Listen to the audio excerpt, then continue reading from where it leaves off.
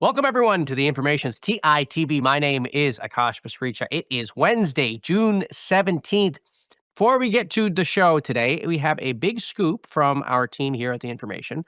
Our OpenAI reporter, Aaron Wu, just revealed that the company burned through $3.7 billion in the first quarter. That is more than half of its revenue. Now, it does have $73 billion in cash and marketable securities on its balance sheet. So, still plenty of runway. Of course, with an IPO coming up, much of this is going to be scrutinized, and cash burn could likely also fluctuate a lot. We previously reported that OpenAI was expecting to burn $25 billion this year. We will keep you posted on that. You can check out more details on our website. Today on the show, our tech and politics reporter is fresh off a trip to DC. He has exclusive details about the White House's latest battle with Anthropic and the concerns that big tech has around the crackdown on foreign AI talent. We'll then talk with our enterprise software reporter about OpenAI and Anthropic's recent hiring spree of Salesforce employees. I'll then talk with the CEO of Law. That is one of those companies that gives public market investors private market exposure. Mike Dinsdale is also the former CFO of DocuSign and DoorDash. That should be a fun one. And to wrap the show, we are going to play a conversation that I had with our partner Adobe about the current state of AI advertising. It's going to be a fun show, so let's get right on into it. Anthropic's latest showdown with the government has repercussions not just for its own business, but also for OpenAI and for the tech sector at large. My colleagues Leo Schwartz, Stephanie Palazzolo, and Aaron Wu published exclusive reporting on the panic that has been happening behind the scenes. I want to bring on Leo to share more with us about what he found. Leo, welcome back to the show. It's great to have you back in New York from DC. I want to recap things just a little bit here. So we know that the U.S. government says that Anthropic is going to need a license to make this model available to foreign persons inside the company. Anthropic says, if I'm going to comply with this, I have to suspend access to the model entirely. So Fable 5 goes down for a little while. It's been nearly a week. It still hasn't come back. You go to DC, you ask some questions. What did you find out? I think it's important to keep in mind that this looks like an export control, but in reality, it's a de facto ban. The letter that we saw from the Commerce Department that they sent to Anthropic on Friday does lay out legal justification, arguing why, because of military intelligence risks, Anthropic wouldn't be able to export its models to users around the world, as well as have access for foreign employees within the country. In reality, as we know, and as David Sachs tweeted last week, this was done basically, as they frame it, a last resort to make sure that Anthropic couldn't release its model after different risks of vulnerabilities had been surfaced. But as we reported yesterday, the fear for a lot of companies is, well, even if this was basically just a tool the administration used to convince Anthropic to shut down its models, does this actually mean now that we have a de facto licensing regime for foreign employees working at AI companies? And this is a huge issue because a massive amount of talent comes from China and other countries who are working domestically at these labs. Now, when you say a de facto licensing regime for foreign employees, so this is basically adding uncertainty to the question that, hey, if tech companies have foreign employees and companies have cutting edge models, it's not just Anthropic, but this could extend to all tech companies. Is that the idea? That's the fear. I mean, right now it's only Anthropic, and we reported over the weekend when this disagreement was just beginning that the government doesn't have an intention to extend it. At the same time, what this letter that we obtained from the Commerce Department said was, again, because of these risks of Anthropic's models ending up with military intelligence users in China or Russia or other foreign adversaries, we have to shut this down, not only to every single foreign person outside the US, but within the company as well. Uh, And what is the let's be clear, what is the government's fear exactly? They don't lay it out in the letter. We know from the reporting that we've done, from other public reporting, that this surfaced after Amazon did a report finding evidence of a jailbreak or vulnerabilities in an Anthropic system. We know that Anthropic and the White House had discussions about that. Anthropic said that it seemed to be a simple fix. The White House obviously thought it was more severe. And then they used this legal rationale that created essentially a licensing program where if Anthropic wanted to make its model available to anyone outside the US, as well as any foreign person in the US, including at their company, they would need a license. Obviously, what that really means is you're not going to be able to access it. Okay. Um, So I know they don't say it in the letter, but I mean, just stepping outside of the letter for a minute, what the government's concern is just what, that people outside of the United States will get access, maybe even a look under the hood at these cutting edge models, and then basically be able to replicate it in maybe some kind of a nefarious way, right? That's what I understand the concern to be. Well, it's more that this vulnerability, which Anthropic says is basically available in most publicly released models, including GPT 5.5, is essentially allows people to find potential bugs or be able to protect against potential bugs. They say this is a simple fix. It's not really something that we need to address. But how it's been explained to me from the government side is, well, you're saying Mythos is the most powerful model ever made. If this vulnerability exists, we don't really know the ramifications for this, but should it end up with a military user in China, that could be a huge risk and it shouldn't be made public. I think the next important thing, though, to keep in mind is what the legal rationale of this letter is basically saying is if any foreign person outside the US or in the US from any country has access to this, there's a risk it could end up with China or Russia. And lawyers that I spoke with about this language described that as a pretty big leap. Okay, so I'm thinking about how many employees at big tech companies uh, were not born in the United States and have immigrated from other countries. Do we have any data on uh, how big this pool of employees is? I imagine this is what, like this has got to be 25, 35, 40% of employees. What's the number? It's hard to get good data on this. We saw data from an analytics firm called Macro Polo that basically used as a proxy the amount of foreign-born people who are publishing papers at leading AI conferences, and they found that it was anywhere as high as 40%. That number was increasing in 2024. I think the number is easily in the hundreds or thousands at these companies, and certainly, it's well known that companies like OpenAI and Anthropic are heavily relying on this talent, and that if there were some sort of system where these researchers weren't able to work on advanced models, that would certainly be debilitating for the companies. Now, another interesting layer of your reporting in the story is you sort of answered, you looked at the question, well, has this perspective from the government, is it new with Fable 5 or has it been simmering for a while even before that? What did you find was the answer to that question? So it's really interesting. This had actually been a story I've been trying to report for weeks. We heard rumblings that this came up from some administration officials during very early conversations around the executive order, which was signed in June. As a brief recap, there was a whole disagreement about whether that order would create a voluntary system for for companies to share their models with the government ahead of release, or a mandatory system. Of course, the Trump administration said this will never be mandatory. But our reporting shows that there had been some conversations about restrictions to foreign persons at companies being able to work on models. This was incredibly unpopular to companies. It was quickly shot down. It never happened. I also have other reporting that this idea of export controls or deemed export controls, which basically applies export controls outside the country to employees or people within the country, had been surfaced repeatedly by administration officials for months. But everything I'd heard while reporting that was this basically could never happen just because of how unpopular it is. And of course, we saw on Friday it did happen, but only for Anthropic. What's the word on the ground from OpenAI specifically? Are you talking to people inside the company there?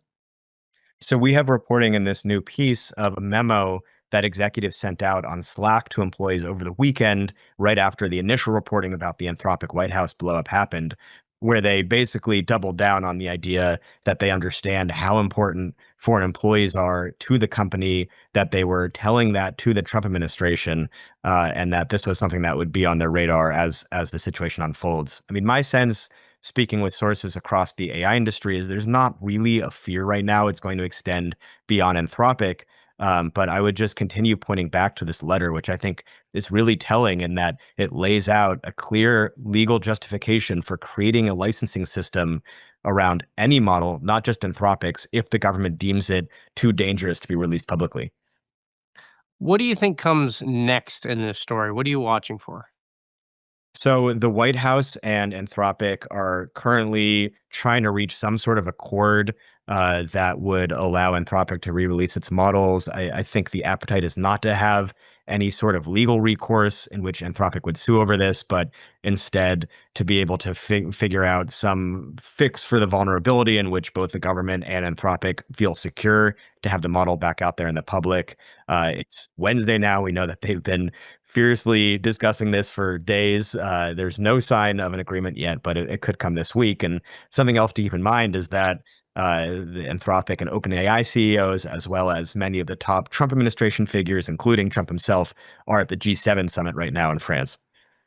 Okay, so lots to discuss there in France over some escargot and some nice wine. I'm sure they'll have some nice conversations. Leo, I want to thank you for coming on. That is Leo Schwartz, our tech and politics reporter here at The Information. OpenAI and Anthropic are looking to Salesforce for talent. That is according to a new exclusive story from my colleagues Kevin McLaughlin and Laura Bratton. I want to bring on Kevin to share more with us about what they found. Kevin, welcome back to the show. It's great to have you here. Thank you, Akash. So, how hot is the Salesforce to Anthropic OpenAI pipeline right now? Well, this year it's definitely picked up quite a lot compared to even last year in terms of distinct direct Salesforce employees who went to OpenAI and Anthropic. Anthropic has hired more than 45 people from Salesforce this year. OpenAI is around 40. It's definitely picked up a lot this year. And are these senior employees that are jumping ship, or are they junior developers? Did we find out that? Well, it's mostly sort of mid-ranking salespeople, with the exception, of course, of Denise Dresser, who went to OpenAI last December to become Chief Revenue Officer. She was the former CEO of Slack. This year, Brian Landsman, who was the former CEO of Salesforce's App Store and also led its global industry partnerships. He moved earlier this month to become VP of Global Partnerships. Anthropic has generally not been hiring senior people directly. Of course, Paul Smith, the Chief Commercial Officer, joined last July, but he did not go directly from Salesforce. He was at ServiceNow. He worked at Salesforce about a decade ago, but definitely a lot of enterprise infusions to the labs lately. Yeah, well, and I should say that the ServiceNow to AI lab pipeline is also pretty strong. Colin Fleming, the chief marketing officer, I think he's at OpenAI now. But I want to go back to Salesforce specifically. So this is a question I know our editors probably asked you, but so we have 40 odd people who have jumped from OpenAI and Anthropic. I'm sorry, Salesforce to OpenAI and Anthropic each. Salesforce has 80,000 employees. Why is this important? Why should we be paying attention to this? Well, first, it is important to note that Anthropic and OpenAI have both hired lots and lots of people from other companies like Right. Google and Meta and Microsoft. So we're not trying to like make too much of this. But when you look at how the startups are trying to build their sales and marketing engines, they are definitely going to Salesforce, and it makes a lot of sense that they're doing so. Salesforce, since its inception 27 years ago, has been very good at selling the next big thing. They're actually doing so right now with Agentforce, their agent building product. And so it would make sense for the startups, which have a similar goal right now of trying to get enterprises to adopt AI. It would make sense that they would go into the Salesforce ranks to look for people who could sell that vision. And how is Salesforce trying to retain their talent? I don't think that I didn't get any sense that they are. We did hear that, Mark Benioff wasn't thrilled when Denise Dresser left. Like you said, Salesforce is a giant company. I don't think that this movement is really affecting them to Yeah. any great extent. But It's it something is kind of interesting. I mean, so maybe, the other way to think about this is then how these Salesforce employees are changing OpenAI and Anthropic. I mean, how have we seen their offering now change in the market, or at least how it's being positioned? it's pretty early, and we looked for signs of that. I think we found a couple of signs. OpenAI wants customers to sign long-term contracts. That is something that salespeople from Salesforce and every other enterprise vendor are really good at, because that is the vision. You're buying into. You're not buying products. You're buying what's going to happen over the next 3 years from the result of buying those products. And so, yeah, I think it's a little bit early. Clearly, like I said before, the thing that Salesforce sales and marketing people, I would say, are really good at is selling the future, selling a vision, talking to corporate CIOs and other executives, saying, get on board with this, and you're going to see good results. Kevin, the broader question I'm sort of wondering here in this enterprise software to AI company shift is, are enterprise software companies, even if their stock prices stay, let's say they, maybe they come back up, maybe the SaaS apocalypse was a little overblown, whatever happens to share price is one thing. But I guess what I'm wondering is this whole idea that enterprise software is less, that the old school SaaS companies are less cool. Why would you want to work for a SaaS company when you could go work for even an application layer company? Like, I mean, I was going to say Fin, but Fin because Fin just got acquired by Salesforce, so you might just end up right back at Salesforce. But I mean, is this like a concern that software executives have right now, that their companies are like less cool for talent? Well, as somebody who's covered enterprise software for more than 20 years, I have to say I bristle when I hear that, because That it was enterprise ever software cool. has always been cool. There is no question. We've seen this over and over and over again. And yes, maybe it doesn't get the same headlines as the latest startups do, and the AI startups do. But I mean, look, we've seen this. Okay, let's go back to AWS 15 years ago when cloud computing was relatively new. They had to build an engine of salespeople and marketing people and technical support and all of these roles that are now part of an engine, really, that the labs are looking to plug into their own operations. So, enterprise software, it is a proven system.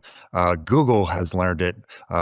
You can just list it's a long list of companies who have adopted it. So, I would say the fact that the startups are hiring the enterprise software people in large numbers now from places like Salesforce, I think it shows that they're ready to sort of pour jet fuel on the engine and see what happens. Okay. Last question for you, Kevin. We haven't had you on since Salesforce bought Fin. Any initial reactions to that acquisition? Seems like a pretty logical move here, but is it a defensive play or offensive? Well, yeah, I mean, I would say that we had been hearing for some time that Salesforce was interested in sort of buying an established business and customer service to plug into the Agentforce product and its overall broader enterprise AI efforts. Yeah, I think that customer service is the single largest business for Salesforce, or one of them. And it makes sense.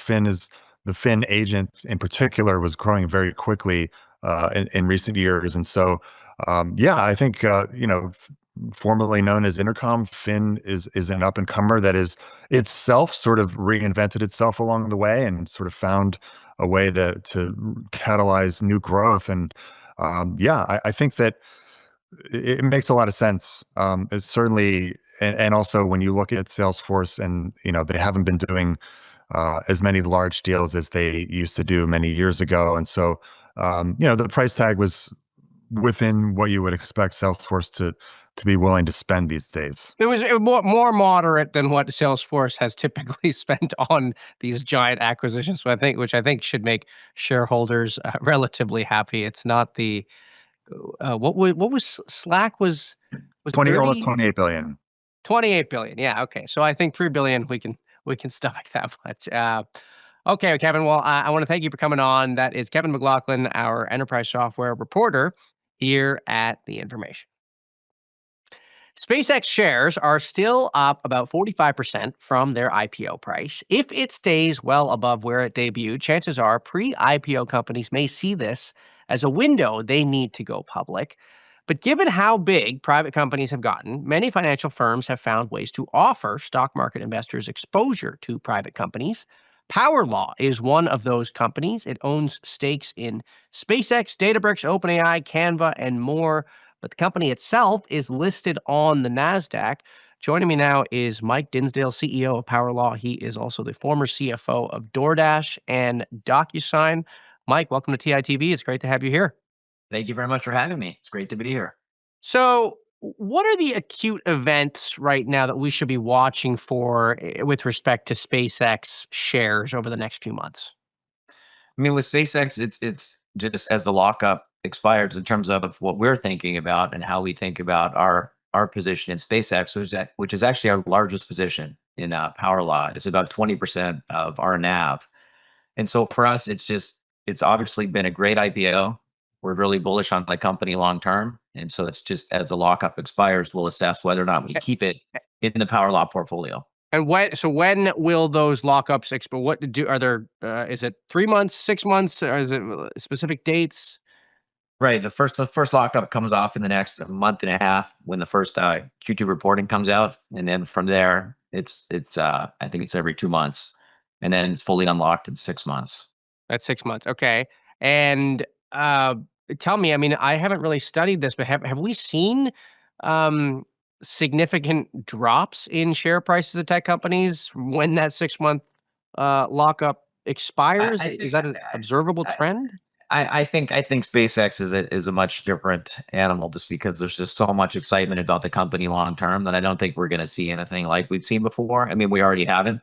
You started off talking about just how large some of these private companies are, and SpaceX is obviously the largest in history in terms of IPO and also just largest private company.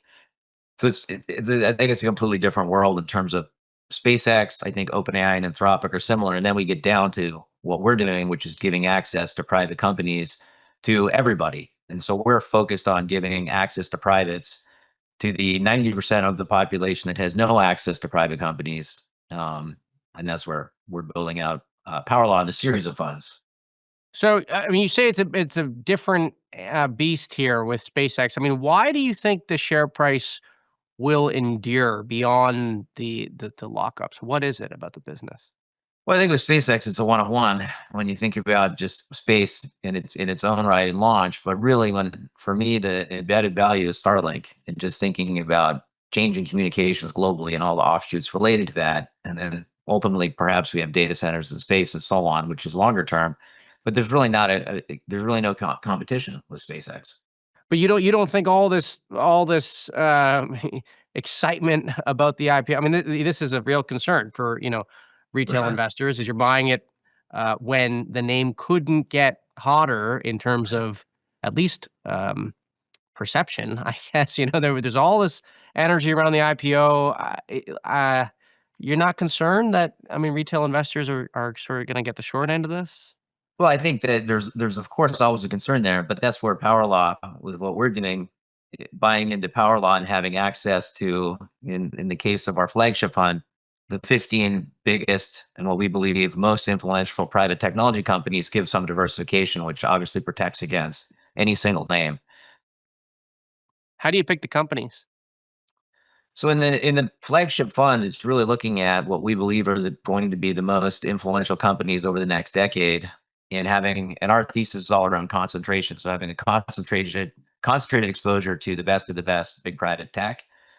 And so in the flagship fund, it's across the board, so it's not as thematic. The next fund we're launching is going to be focused on AI, and so that will be concentrated across infrastructure, horizontal, vertical applications. But the flagship fund is just giving a diversified basket of what we think are the best of the best big tech. And how do you compete against some of these other similar fund products? I think when we had Robinhood on the show, they launched sort of a similar fund, other than just the selection of the companies and sort Sure. of asserting that we have a better mix. What is the differentiation strategy? Yeah, I mean, in our portfolio, we have 11 of the 18 names none of our competitors have. And so we have a differentiated portfolio to begin with.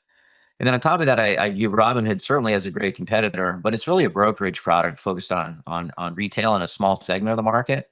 What we're focused on is being structurally built into U.S. retirement, which is a $25 trillion opportunity in the US alone and then globally. And so we're the first venture group to do this. Robinhood is certainly a great company, but they are not venture investors. And so we sort of look at that and say it's easy to build a portfolio of what's obvious. But really, what differentiates us is we've been around for 16 years. We are venture capitalists. We're in San Francisco. And so, what's next? And that's where we're focused. And how do we build in names that perhaps aren't as well known to the market, but will provide long term value in a way that we think differentiates us in our underwriting discipline and just heritage Right. in venture? I want to ask you, you have largely been a career CFO. You've been CFO of a number of companies, DoorDash, DocuSign, Gusto. CFOs are in an interesting moment here right now with AI. On one hand, they have to prioritize ROI. On the other hand, AI is expensive, and you don't want to you don't want to you don't want to fall behind, and you also don't want to get ahead of your budgets. How are you advising your CFO peers to look at this question right now? I think it's got to be an incredibly interesting time to be a CFO. So I haven't been a CFO for 6 or 7 years, and I can talk about those two companies specifically, DoorDash and DocuSign, which I think are pretty insulated. I think that most of us are just scratching the surface on what AI can do in terms of productivity for all of us. I mean, just the work that I can do myself now is 10 times what it was a year ago. And so it's just got to be as a CFO driving in. It's not around thinking of AI as a SaaS cost line, but it's all around is it going to help us create a real moat in our business, and do we have a moat even? Can someone else replicate this very quickly? And if we don't, so if it's just informational, that's a moat that will erode very quickly. If it's operational, which is what I think DoorDash and DocuSign both have in their own ways, then it is sustainable, and AI will just increase the moat versus decrease moat. So it's got to Operationally, be. you mean insofar as helping the employees do their jobs? No, I'm talking more at sort of a business model level. If you look at say a DocuSign, the value of DocuSign is absolutely not the e-signature component, which is commoditized and can be replicated very quickly. It's the operational component being built into workflow and things like this that's embedded in enterprise, workflow applications, which can't be replicated easily. Or in the case of DoorDash, it's all around the three-sided marketplace and Yeah. people and operations related to this. And that's where DoorDash has just excelled and was really excelling before AI was as impactful as it is today. But it's just assessing whether or not your business really can survive and you do have something that's differentiated or can be replicated quickly. What And what I about think what about that's the yeah. what about the employees? So the employee, token maxing is something that has dominated headlines, and Yeah. now we just wrote a story last couple weeks that now Meta has sort of embarked on this new era, token minimizing. They haven't said it specifically, but they have said, "Look, we're going to make it a little more formal in terms of seeking approval to use certain allotments of Mhm. tokens and stuff like that." That seemed inevitable, but I guess the question that I have for you as a career CFO is, how do you balance this? I mean, you need token like, there's no other way to increase your efficiency other than using the tokens. How do you balance that? I mean, this seems like an incredibly difficult problem just when you think about obviously you want to promote the use of these tools to do good things, but you don't want to promote the use of the tools to do busy work. And I think that's going to be the tricky bit, which has to just go back to alignment around what are we trying to accomplish and are we accomplishing the right thing? Like, are we adding value versus just doing work for the sake of doing work, which of course you can chew through tokens just doing that. And I think that just goes back then to thinking about making sure that everyone's aligned on the goals of the company and what we're trying to achieve and focused on things that do add value. But this is a very tricky problem. I mean, we face it even in our small firm at Power Law, making sure that people are focused on doing the right things and using, the tools we have, and we have the same problem. Yeah. with What's the GDP biggest and piece of it? power. What's the biggest? I'm sure you have um, early CFOs in their careers, or maybe established CFOs coming to you for advice and counsel. What's the biggest issue that they're having right now that they want your advice on? I'm actually not as much involved in sort of direct inside of companies. We're really focused on building Power Law as a capital group, and so all of my energy is around fundraising, getting ready to launch. We're launching our next fund in the coming weeks, and that will be focused on AI. And so it's Right. just thinking through. Any particular focus within AI? How are you going to think about the makeup of that fund?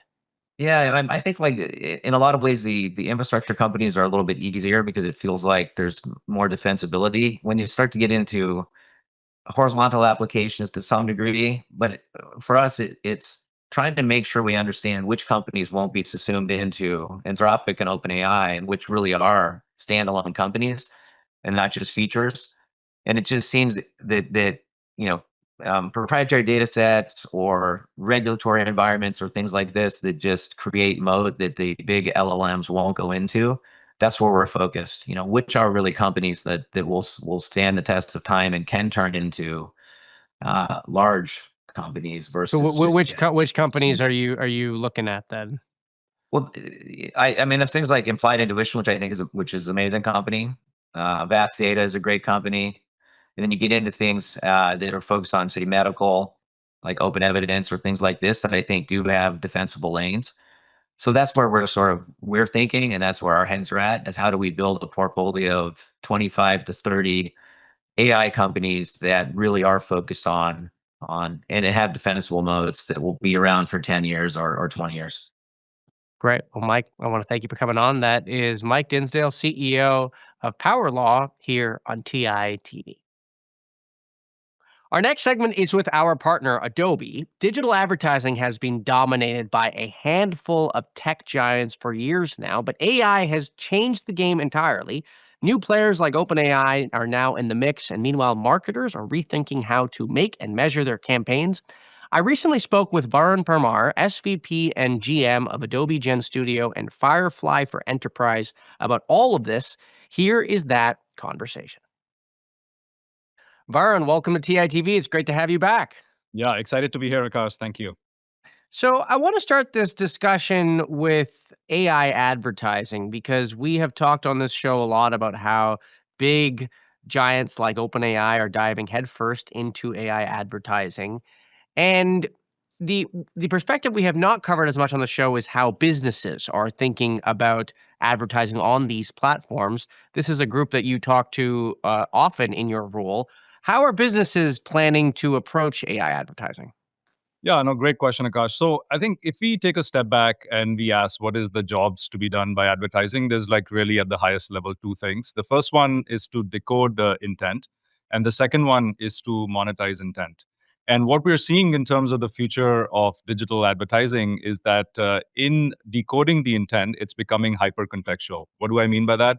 Essentially, an ad is not just a static banner.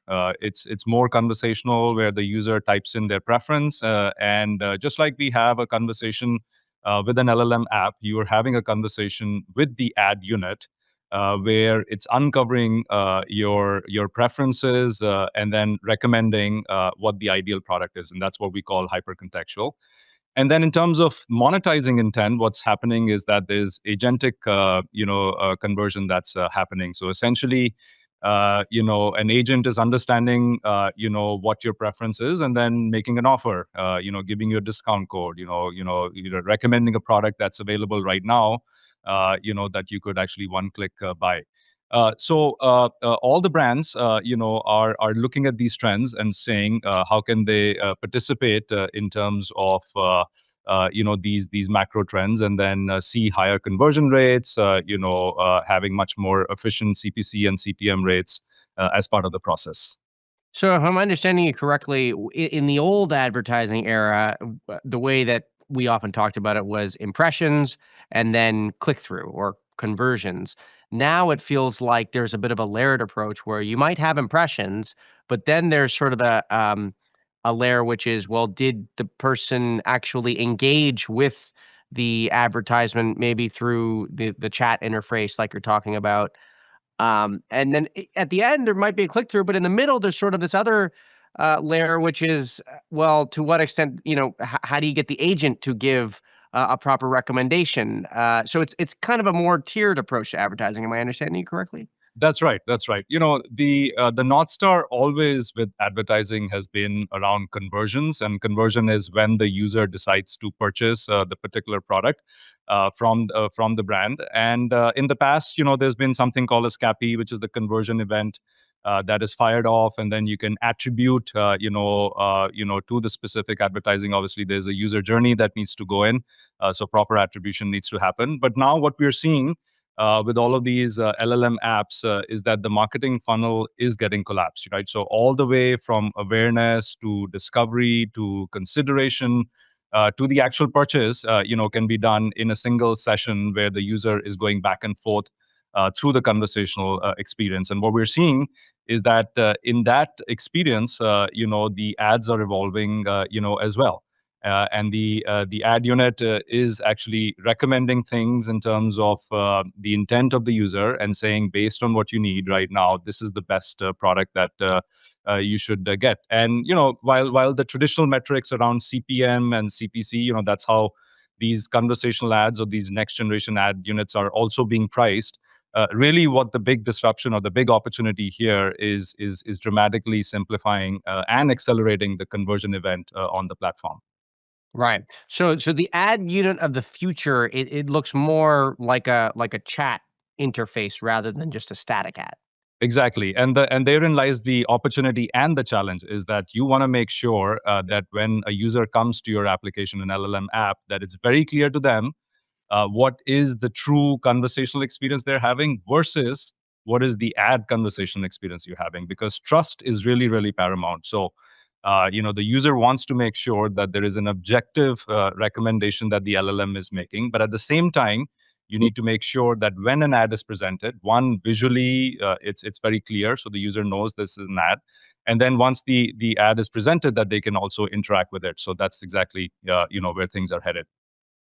Now, what about if we go back to the large chatbot platforms? There is this whole game of answer engine optimization and how I get my brand to show up in the most favorable way in these giant new search platforms, I guess you could call them. So, what's the answer to that? Is that just really intelligent content management? Is it putting out more content? I mean, how do you ultimately get your brand to show up better in these platforms? Yeah. So I think again, like there are like sort of two things that are happening here. Like one is sort of the structural shift that's happening where a lot of focus was on search engine optimization. So SEO is becoming SEO and AEO, and AEO is answer engine optimization.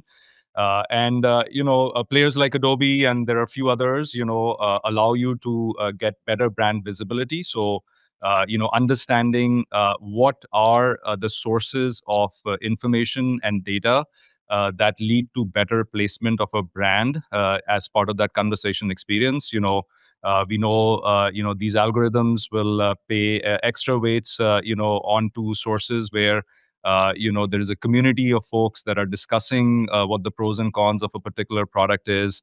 There's an influencer, that is doing a review, and there's a bunch of comments that are put against the review. So there's like a bunch of things that these LLMs are doing in terms of better placement of the brand. We help you, amongst others in the industry, to have a better, visibility as part of these experiences, right? So that's the first part. And then the second part that we are talking about is like, if SEO is becoming SEO and AEO, the second part of this is what happens to SEM, search engine marketing, right? So what's the future of that? And that's where these new ad units are emerging. And our point of view is that it's a combination, of both AEO as well as these new ad units, which we are referring to as conversational ads, will lead to the true unlock both in terms of discovery, but also conversions in these new application experiences. Right. Now, uh, OpenAI is just one of these chatbot platforms, and it's just one publisher of ads. There are also a ton of other smaller publishers, I guess you could say, that will have to deal with this exact same question of how do they change their ad offering in terms of what they sell to brands and stuff like that. Um, do you have conversations with these publishers about what they want? What can you tell us about how they're thinking about their product? Yeah, no, absolutely. I think like there's definitely a very big trend around commerce media networks, retail media networks, financial media networks, travel media networks.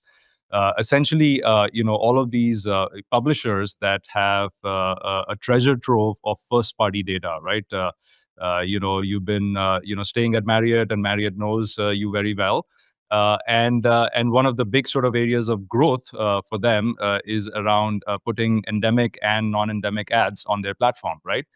In the past, similar to what we've done, with search and some of the other digital properties, is that there's a banner ad that's introduced, just a heading and an offer, a CTA, and an image. And all of them are actually taking a step back and saying what the future looks like. So I think there are like two things that are happening there. One, there's a tremendous opportunity to go after the mid market or the long tail, where typically these commerce media networks have relied heavily on large brands that actually had an army of folks who could create the creative, create the offer, create the placements and such. But there's a huge opportunity as part of their ad platforms to allow for self-service. This is where Adobe's product, Adobe Gen Studio for Commerce Media Network, which is this new offering that we released, comes in, where we seamlessly embed inside of the ad platform from these commerce media networks and enabling self-service. So that's one big vector of growth. And the second one that we just talked about is, what does the future of the ad unit look like? So if that's going to evolve in the open web, our belief and that of these publishers is that the ad unit, even on their properties, need to evolve, right? So what does a conversational experience around the ad look like if you go to Costco, if you go to Marriott, if you go to Amex and some of the other folks who Right. have these commerce media offerings? Yeah. Well, and it's kind of interesting to me, as you say this, I sort of have come to realize that whereas the old relationship between an advertiser and a brand was the brand gives the advertiser the content, the advertiser now in some ways has a widened role in terms of producing the content, because if the ad unit of the future, as you say, is sort of a chatbot like interface, um, and what I see depends on what I put in, then basically the publisher, they have more of a role now in, like you said, generating the content that inevitably would do the role of attracting, a call to action. Exactly. Yes, yes, indeed. And I think like herein lies the opportunity for all of these big advertisers, is that more so than ever, I think the role of having a strong brand, where the user, when they're going in and if they're searching for a shoe, they actually put in the brand of the shoe, while they're asking for a recommendation, becomes extremely important. So when they are creating all of the content, it's just not just an ad, that needs to do lower funnel Right. conversions. It needs to represent the brand as well. And the question is, in the world where all of these systems are being run and optimized using AI algorithms, which are increasingly agentic, how do you maintain, augment, and present your brand in a way that actually drives loyalty and user engagement? So I think things like Adobe Brand Intelligence, which essentially allows you to codify not just what's written about your brand, right, but also how people interact with your brand. Building that model that can actually allow agents to understand what your brand is, and then Right. drive brand loyalty becomes extremely important. Let me ask you one last question. So, in this world here where we have this new ad unit, a chatbot-esque interface, do you have any early data on how much more effective those ad units are than static ads at driving people down the marketing funnel and ultimately converting them? And the reason I ask this is because I imagine that these ad units must be more expensive than just a static ad, not just because of how advanced they are, but there's also the whole compute underlying the interface too. I mean, like, using these models is not cheap, right? And so are they more effective? Do we have data there at all? Yeah, I think I would say, Akash, like these are early days. I think these are really early days, and we are all trying to experiment and learn. I think one thing is for sure that these units are expensive. If you look at the typical CPM rates, just look at OpenAI, started off at launch with $60 for the CPM, or the CPC was between $3 to $5. And we're seeing like what the clearing price is with all of these DSPs, which is lower than that. So I would say they started off high. We're all learning in terms of what the conversion rates are. There is no publicly available report either from OpenAI or Google in terms of Google Gemini conversational ads around AI Max or PMax. So none of that performance information is available. But our belief is that if you hyper optimize the user journey, where in a short amount of time they get a recommendation that is aligned with what they were looking for, at a price point that is amenable to them, then the conversion rates would be high, and you actually streamline the entire process of awareness all the way to conversion. So it is a better experience, and better experiences, we know, drive engagement, and engagement in this case is actually leading to a conversion. So I would say early days. We're Right. looking forward to more of the data, but really exciting times. Great. Well, Varun, I want to thank you for coming on. That is Varun Parmar from Adobe here on TITV. Awesome. Thank you, Akash. This is fun. That does it for today's show. A reminder, we are on this stream Monday through Friday at 10 a.m. Pacific, 1 p.m. Eastern. If you can't make it then, episodes are available on theinformation.com, on our YouTube channel, or wherever you get your podcasts. Make sure to follow us on social media, on X, on LinkedIn, on Instagram, and on TikTok. I'm already excited for our next show tomorrow. Have a great rest of your Wednesday. Bye-bye for now.